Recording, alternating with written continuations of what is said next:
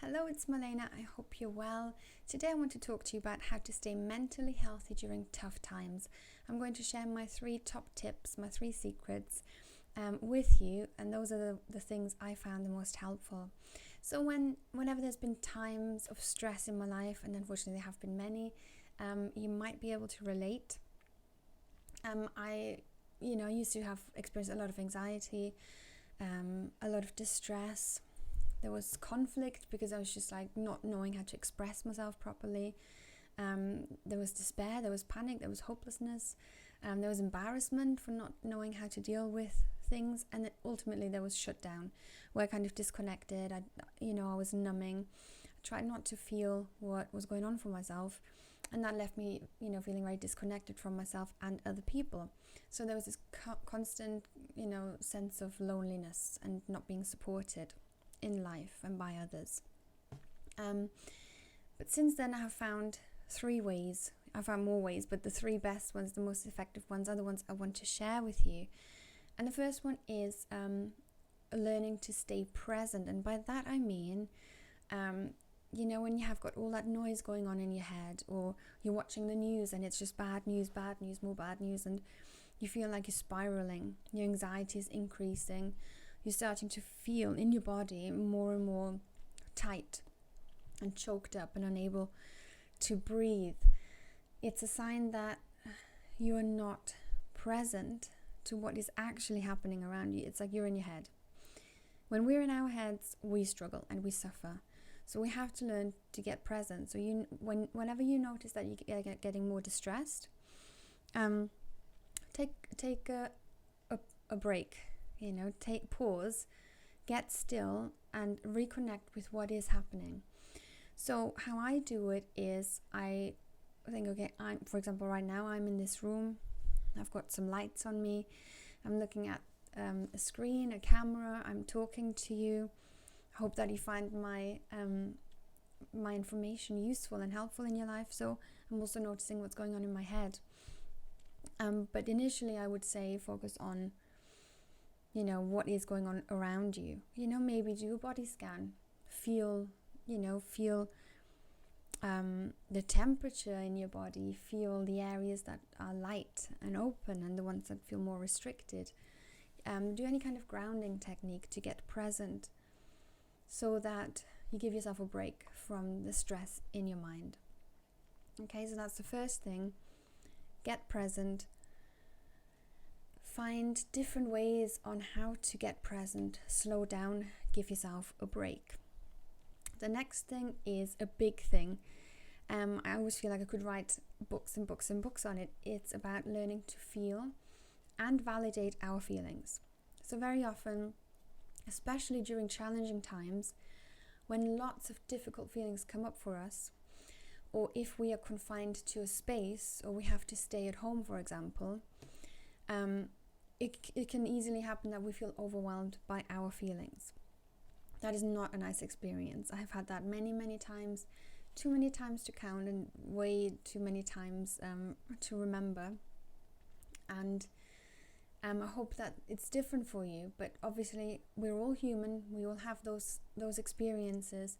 So if you feel like you're getting overwhelmed by your feelings, it is a sign that you don't know how to respond to them, that you fight them, you avoid them, you try to control them, you try and distract yourself from them. You're not trying to understand them.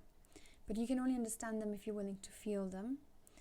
And the easiest way to allow yourself to feel your feelings is to learn to validate them, which means you don't make yourself wrong for feeling how you feel. That is the biggest thing ever, I think. That we, even in conversations with my clients, I hear it all the time.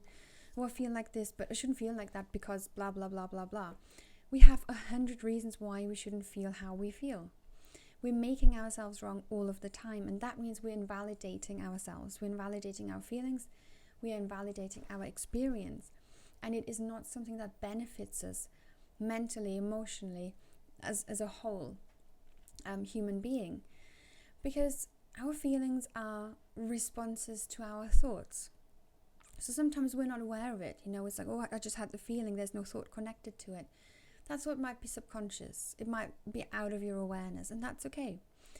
But feelings are nothing to fear. They're not problems until our mind says, oh, this feeling is a problem, you shouldn't feel it. And that is unfortunately very often something we were taught as children. When our anger wasn't welcome, when our sadness was discouraged, when our feelings were seen as an inconvenience and other people tried to suppress it or shamed our feelings or punished them, then we learn to dissociate from our feelings, to disconnect from what's going on for us, and it leaves us feeling out of control because there's nothing we can respond to, because you've taken our information away from us. So staying healthy during difficult times involves you learning to feel your feelings, allowing yourself to process those feelings, which just means kind of not fighting them, not avoiding them, which is difficult when you're at home, for example, because there are not that many distractions. So it's harder for you to fight, and you definitely have to learn to validate the feelings, which means you normalize and you empathize. You say, okay, it's okay to have this feeling. Any human with those kinds of thoughts or with this kind of experience or in this kind of situation would feel that feeling. It's okay. That in itself is reassuring, it is soothing, but it is a practice you need to continue to practice. It's something all my services and courses strongly focus on, so if you need any help with it, let me know. It also leads to the third top secret that I would like to share with you, which is, if you're busy fighting your feelings, if you're trying really hard to avoid them, to control them in whatever way, your focus is on that. Okay, you're focusing on the negative, and that is what you will experience. So your experience will be very uncomfortable.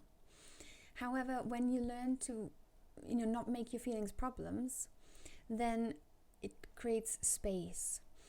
And what is really important to stay mentally healthy during difficult times is to engage in something meaningful for you. That can be anything.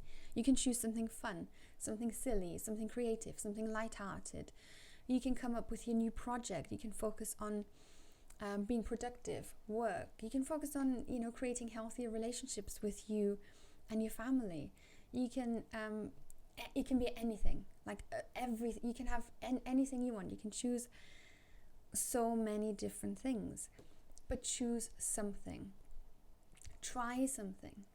If what's meaningful to you is having different experiences, don't let the situation confine you and restrict you, because you have many different options. So, for example, you watching this video is one thing. I hope you find that helpful. For me, it is meaningful, which is why I am doing it. Staying mentally healthy means maintaining my sense of purpose, and it's the same for most people. We all want to feel like we're useful in some way. We have got a purpose. We're on a mission. We're doing something valuable. And there are so many different things in which you can create that for yourself. It's just about you giving yourself the opportunity to do that. You will not have the space in your mind to do it if you're preoccupied with avoiding your feelings, not taking care of yourself, not being present, and being like stuck in your head. So that's why this is really important to practice. Getting more present, learning to feel and validate your feelings, so that you can engage in something meaningful in your life, and you can use your time wisely, no matter where you are, no matter what restrictions are imposed on you. Okay, so I hope you find that helpful. Give me your feedback in the comments. If you have any questions, I always love to hear them. And thank you so much for watching. If you want to have more personal help, join my membership group or check out my services. I'm always happy to connect with you. Take care of yourself, and thanks again so much. Bye-bye.